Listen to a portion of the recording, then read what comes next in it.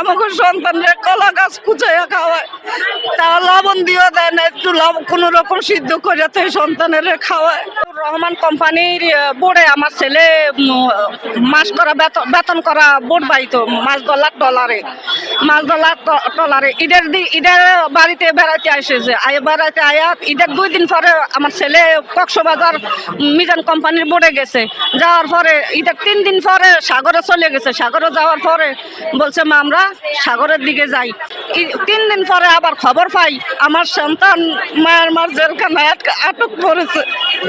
এই পর্যন্ত কত জায়গা গেলাম, এমপির কাছে গেলাম, তারপরে বিজিবি অফিসে গেলাম, এই ঢাকা মন্ত্রণালয়ে আসলাম, কেউ আমাদের কথায় সাড়া দিচ্ছে না। আমাদের পোলাপান কত না খায়, কত কষ্টে আছে।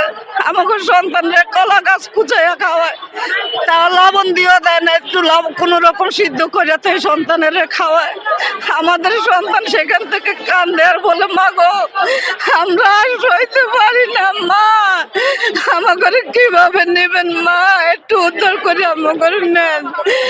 আমাদের সমস্ত শরীরে ফসা লাগিয়ে গেছে মা, আমাকে শরীরে ঘোড়া উঠে গেছে মা, আমরা একটু ওষুধ বিশুদ্ধ পাই না মা, আমরা একটু ঘুমাইতেও পারি না। কত কষ্টে সন্তান যদি এরকম বলে কোন মায় রয়ে থাকবো, কেউ মায় সহ্য করে নেব। মায়ের দিন রাত আছে 3টি মাস সন্তান হারাইয়া পাগলিনের মতন ঘুরতেছি। বাবা তোমরা একটু বলো আমরা কি করব?